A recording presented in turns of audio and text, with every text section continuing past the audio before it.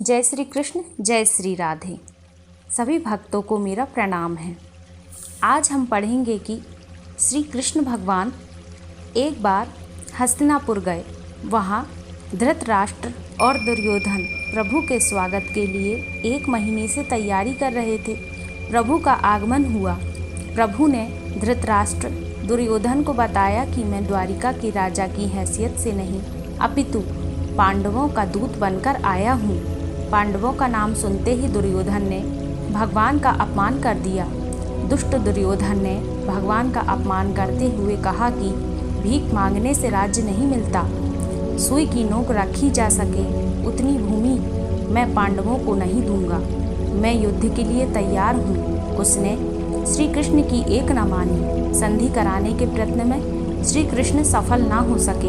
धृतराष्ट्र ने भगवान से कहा कि इन भाइयों के झगड़े से आप दूर ही रहें। आपके लिए 56 भोग तैयार है, आराम से भोजन कीजिए। श्री कृष्ण ने कहा कि तुम्हारे घर का अन्न खाने से तो मेरी बुद्धि भ्रष्ट हो जाएगी। पापी के घर का अन्न खाने से किसी भी व्यक्ति की बुद्धि भ्रष्ट हो सकती है। 56 प्रकार की खाद्य वस्तुएं भगवान के लिए तैयार की गई थीं, किंतु फिर भी उन्होंने खाने से इनकार कर दिया।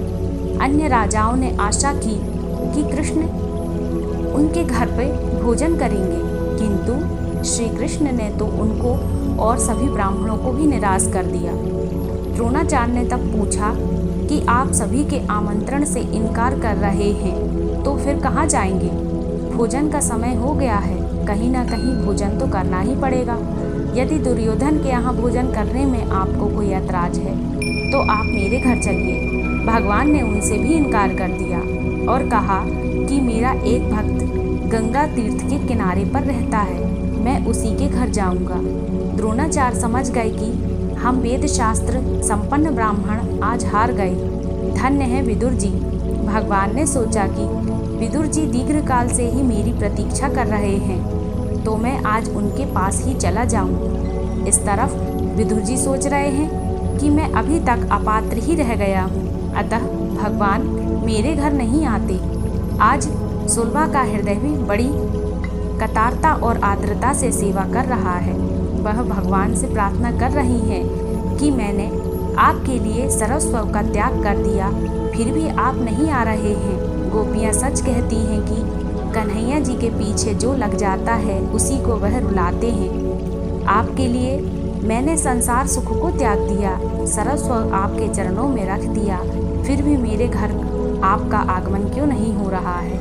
कीर्तन भक्ति श्री कृष्ण को अति प्रिय है। सूरदास जी भजन में कहते हैं, श्री कृष्ण आकर उनके हाथ में तंबूरा देते हैं। सूरदास जी कीर्तन करते हैं। भगवान नारद जी से कहते हैं कि ना तो मेरा वैकुंठ में वास है, ना तो योगियों के हृदय में। मैं तो वहीं पर रहता हूँ जहाँ मेरा भक्त प्रेम से आर्द्र होकर मेरे कीर्तन करता है। झोपड़ी में विदुर सुलभा भगवान के नाम का कीर्तन कर रहे हैं, किंतु वे नहीं जानते कि वे जिसका कीर्तन कर रहे हैं वह आज साक्षात उनके द्वार पर खड़े हैं।